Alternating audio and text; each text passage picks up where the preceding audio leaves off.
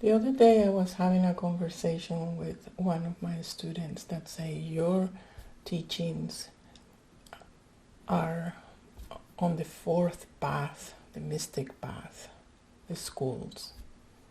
I cannot even say what exactly that meant because I didn't want to elaborate, since defining really a teacher in certain categories I don't find it useful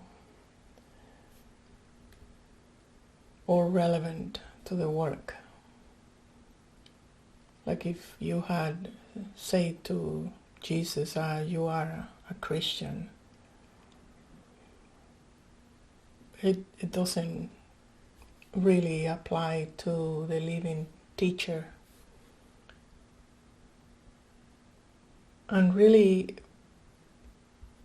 any of these teachings, the spiritual teachings that had been really for centuries as human had existed.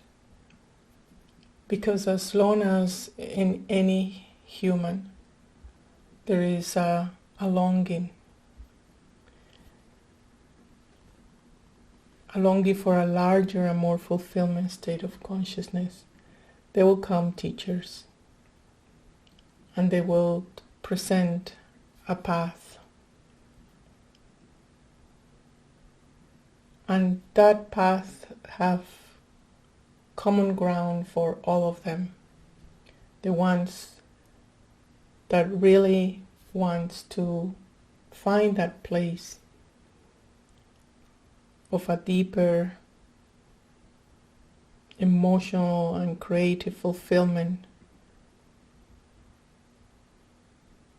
that the ones who are looking beyond that, who have that longing, are very special individuals.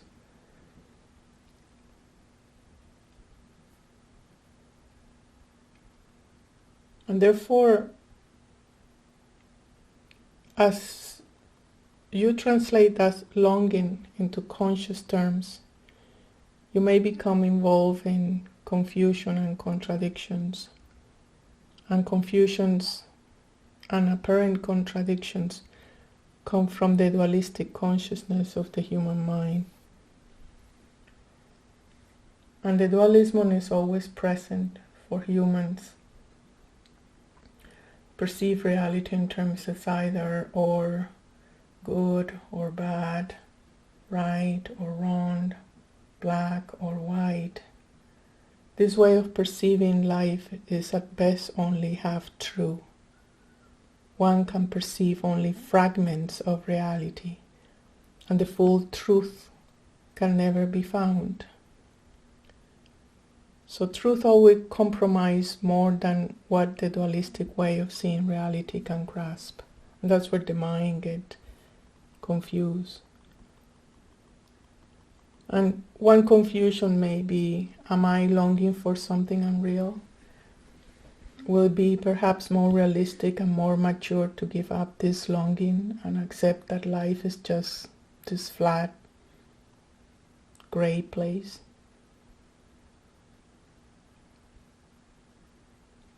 It's possible that do we not hear over and over that acceptance is necessary in order to be at peace with oneself and life.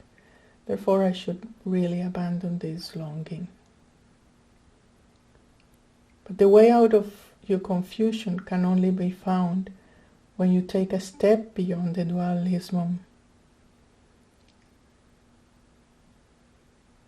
It is true that you must accept your present state. It is true that life as it manifests cannot be perfect.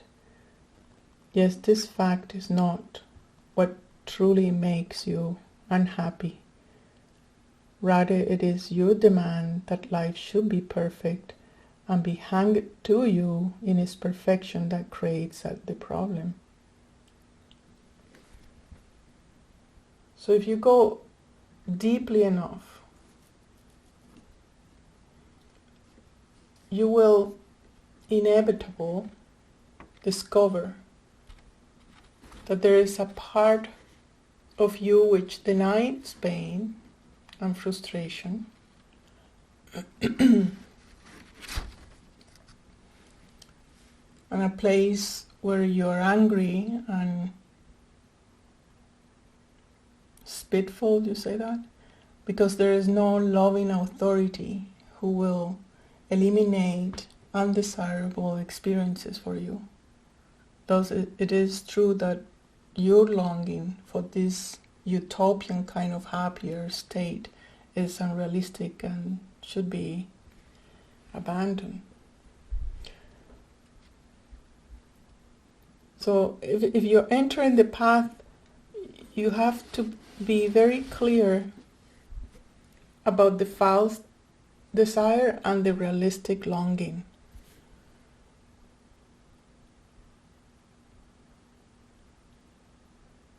And how you can distinguish what is the false desire. What really is truly the longing per se, not coming from the immaturity, greedy or neurotic attitudes. So there is an inner voice telling you there is much, much more to your life and yourself that you're capable of experiencing at this time.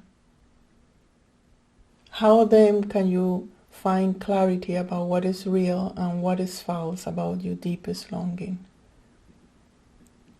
So the desire is false when your personality wishes love and fulfillment, perfection and happiness, or pleasure and creativity without paying the price of a strict self-confrontation.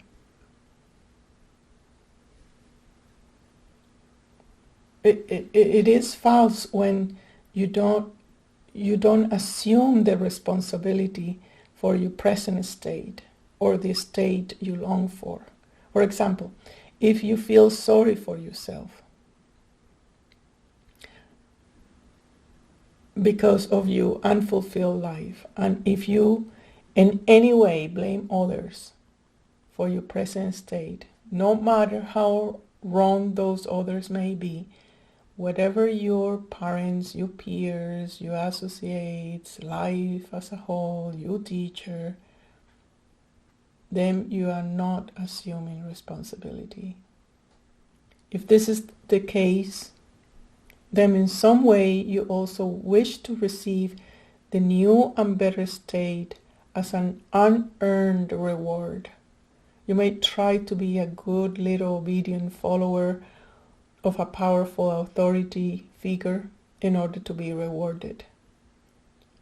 So since the reward in reality can never come from the outside, no matter what you do, you must feel disappointed, resentful, cheated, angry, and you will resort again and again to your old destructive patterns that are in fact responsible for the state that create you unfulfilled longing. This is very important because I see in the seekers, in some seekers and in the candidates that comes and say, I want to realize, I want to find the truth. And when the truth comes, because the teacher inevitable is going to have that first self-confrontation for you to see where you are at. And that feedback that you're receiving, you take it very at heart. Like it's something against you. You see it as in the dualistic way, oh, I am wrong. I have done something wrong. And in that moment then you start wanting to put some effort in, trying to be good and trying to show any goodness. So the feedback of that truth You may be saying the truth, and you may have the courage to say and recognize the truth within yourself. But how do you handle the feedback? The confrontation that to your illusion, to your irresponsibility, that is the hard part. Because you don't want to be seen. Then you start contorting and finding attitudes that either I say something, a point of view, and you feel hurt, and then you go like a dog with the tail between the legs and go into your cave and find the hurt, and then you resent, and the more you resent, sooner or later you will blame, you will feel angry, and you will explode, and you will go away. And the longing have not been really examined, fulfill, or be the leading force towards yourself.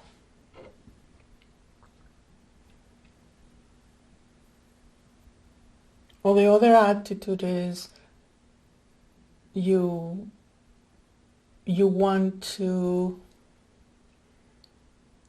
inquire to see if it's true what I say, if my point of view is correct, if I am right. Then inwardly you are having the right and wrong, and I need to be right, and she is not right. So inside, you may say it or you may not, but it creates a kind of aloofness and superiority in front of your own feedback. So when you are in a false desire, that when you're not really sincere, you may have these two attitudes. Instead of just having a conversation of an exploration where you're trying to understand the other point of view, and you are incorporating that into your own inner examination without any judgment, without any polarity. And that's when the real longing starts to be realistic. So the longing is realistic when you start from the premises that the clue to fulfillment lies in you, must lie in you. When you wish to find the attitude in you that prevents you from experiencing life in a fulfilled and meaningful way, when you interpret the longing as a message from the core of your being, sending you on a path that helps you to find your real self. So, however, when the inner message of longing is misinterpreted by the negative, greedy, ungiving, and demanding personality, then confusion sets in. The longing is then put into channels of unrealizable fantasies of magic. You believe fulfillment is supposed to be as you now are, even at areas you would rather avoid. So if a life situation is painful and you react with rage, complaints, and other defenses against cleanly experiencing this pain, you are not in truth about your present state.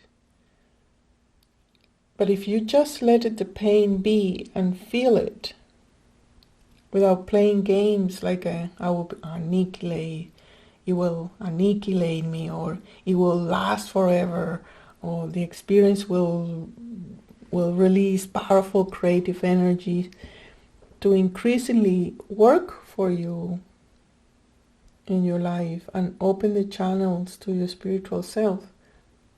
So feeling the pain is just a moment. You will also yield a deeper, fuller, and wiser understanding of the connections between cause and effect. For instance, you will see how you attach this particular pain. Such insights may not be immediately for the more you force it, the more it will elude you. But it will come if you stop that inner fighting and resistance. But the important part is don't abandon the longing itself. Take it seriously. Go back over and over to that.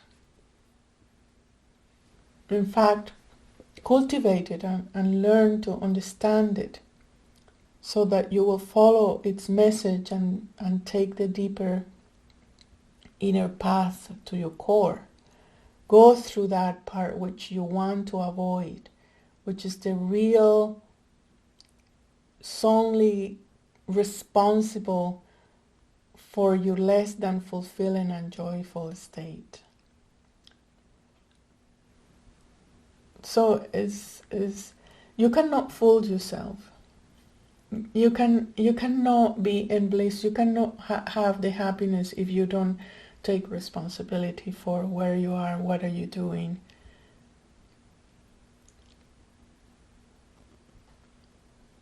And how you receive feedback. How do you receive the sincerity of others? Of course, if it's positive, oh, you're beautiful, and don't you want more, and you don't believe it. Oh no, she's not serious about that. But if something that is of value, that is confronting your irresponsibility, either by judging or game or whatever you are, see how you're taking that. Because how you take it, what you do with it, you are intrinsically managing your desire, your longing for the biggest part of you. So don't let that false desire to abandon the longing that comes from the sense that your life could be much more, that there is a state in which you can live without painful, torturing confusions, where you can function on a level of inner resilience, contentment, security, where you are capable of deep feeling of blissful pleasure and can express them, where you are capable of meeting life without fear because you no longer fear yourself. You will therefore find life, even its problems, a joyful challenge. If your inner problems can become a challenge, that gives you spice to your life. You will enhance peace. It will be all the more sweet path. So tackling of these problems will give you a sense of your own strength, resourcefulness, and creative ability. You'll feel the spiritual self flowing through your veins and your thoughts and your vision and your perception, so that the decisions will be made from the center of your being. When you live this way, occasionally other problems are salt and pepper on your life and become almost pleasurable. You understand that those challenges are there, created by you, and the more you live in that attitude, you will see that the problems become less frequent, and a more peaceful, joyful, creative living will become the norm.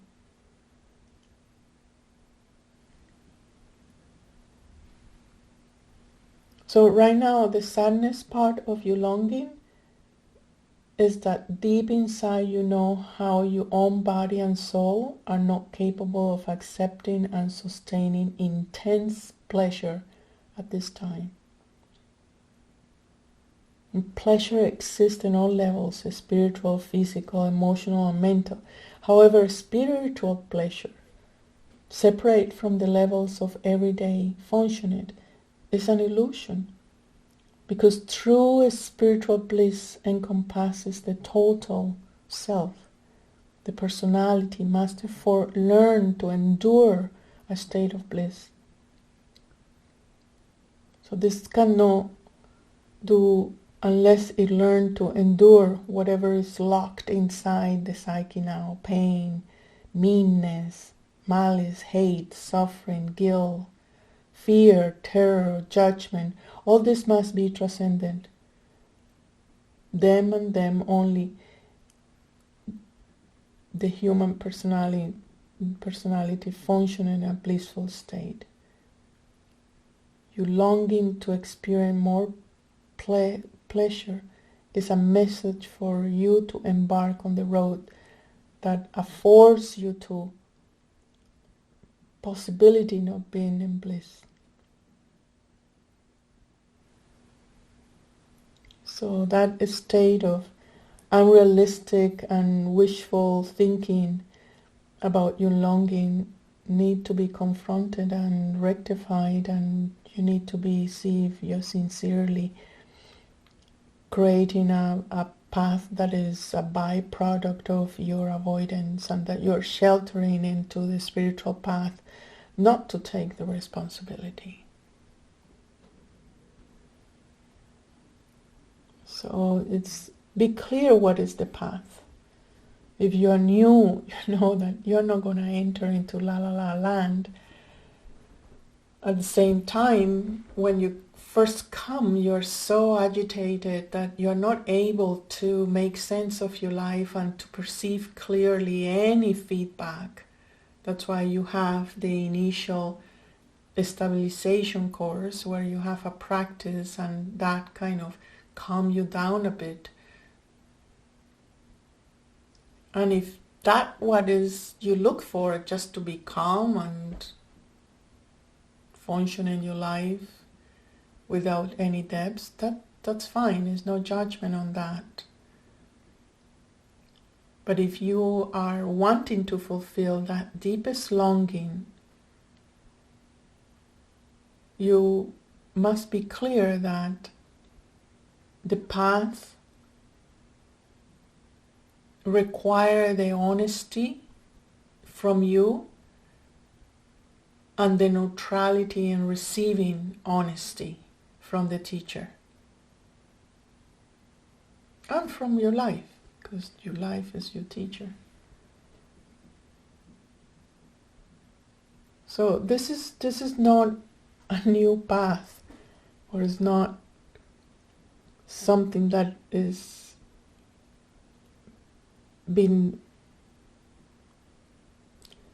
I can say that is not something that is Berdhanya path, or is the path is not new. It has existed in many different forms for as long as human beings have lived on this earth.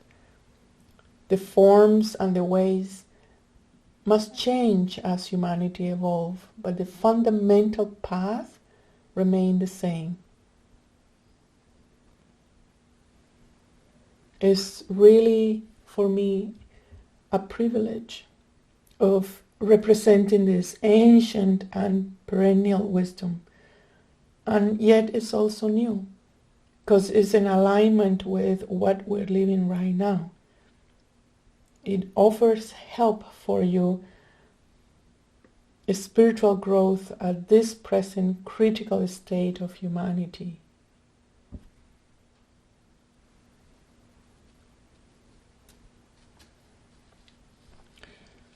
So, in this satsang, just review your longing.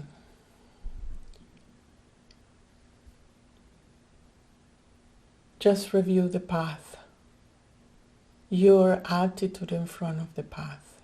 If it's a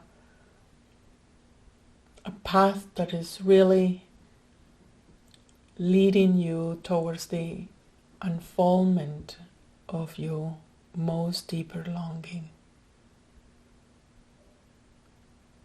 and that you may have entangled that longing with false desires, false ideas,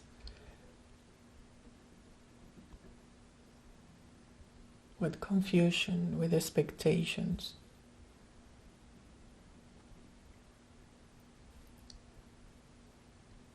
That the path only offer fully liberation if you are willing to be honest with yourself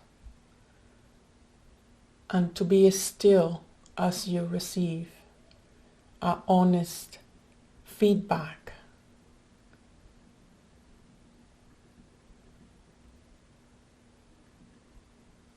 That the feedback there is not for you to be better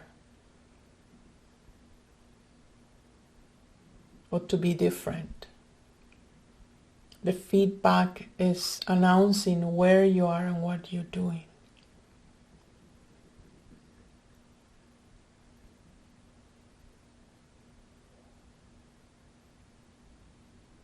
That it really doesn't want anything from you, but aids your longing.